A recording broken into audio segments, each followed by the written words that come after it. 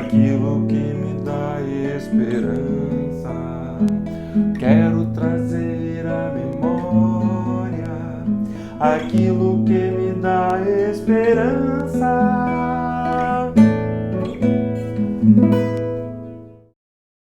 Irmãos, muito bom estar com vocês para mais essa dose de esperança.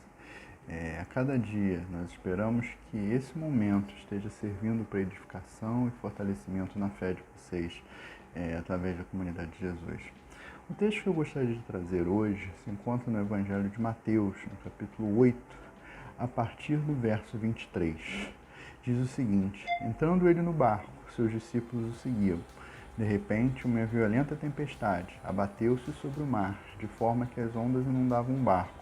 Jesus, porém, dormia. Os discípulos foram acordados, clamando: Senhor, salva-nos, vamos morrer.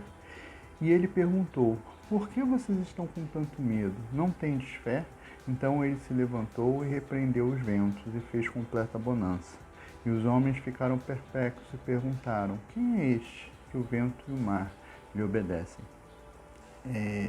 Primeiro, acho que esse texto é muito conhecido, né? Várias vezes, eu acho que até mesmo na Dose de Esperança nós já fizemos essa reflexão, mas o fato é que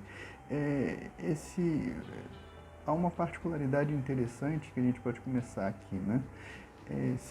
Esse texto existe no Evangelho de Marcos, Mateus e Lucas, né? Mas Marcos e Mateus usam o mar, né? E eles se referem ao mar da Galileia, né?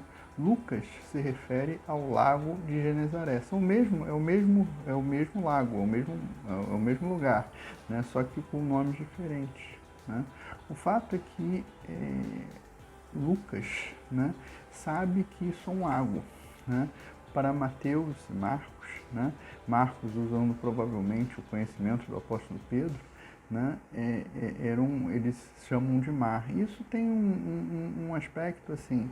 Lucas viajou muito mais. Lucas ele fez várias viagens com Paulo, por exemplo, pegando o Evangelho.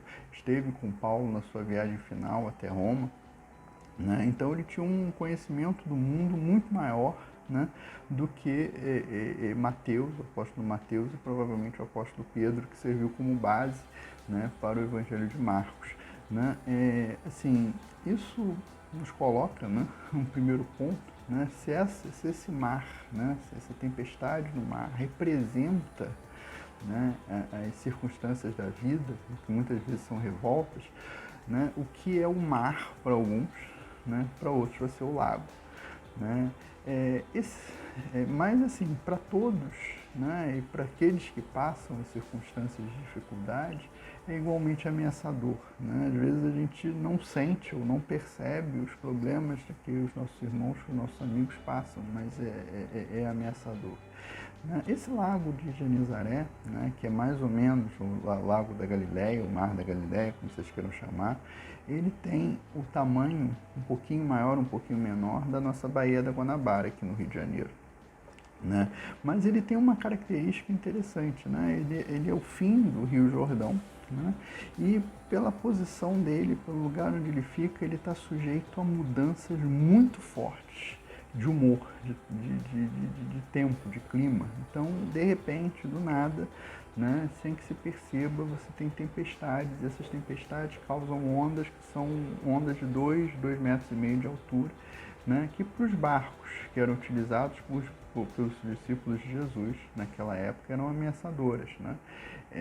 Se localizou em 1986 um barco, mais ou menos da época de Jesus, usado por pescadores, que tinha 8 metros de comprimento.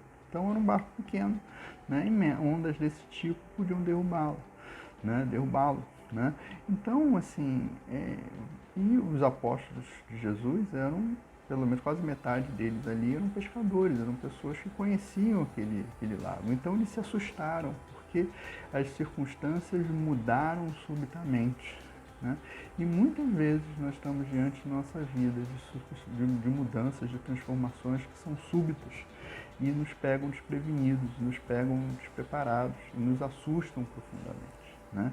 E aí nós temos muitas vezes a tendência de achar que Deus está dormindo, que Deus nos esqueceu de nós. Não só Deus, né? Muitas vezes nós achamos que nossos amigos, que nossos irmãos, que a nossa família não está preocupado, né?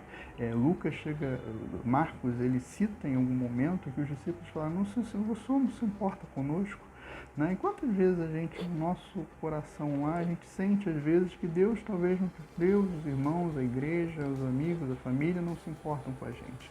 Mas Jesus, né, acorda, né? Mas ele aparece e mostra que não era assim, né? Que ele estava em todo o tempo com o controle da situação. E esse é o fato. Deus, em todo momento, tem o controle da situação sobre os mares revoltos da nossa vida. Amém. Siga-nos nas redes sociais, aqui no Facebook, no Instagram e no YouTube. Clique no botãozinho de seguir na página, clique no sininho para receber notificações. Siga-nos também no Instagram e no YouTube, inscrevendo-se no canal. Nós precisamos muito de inscrições no YouTube para que as ferramentas estejam disponíveis. E, mais importante ainda, convide seus amigos. Faça isso agora. Convide seus amigos para conhecer a página da Comunidade de Jesus e nos ajudar a ampliar o alcance do conteúdo que nós estamos publicando para vocês. Que Deus abençoe a todos nós. Em nome de Jesus. Trazer à memória aquilo que me dá esperança.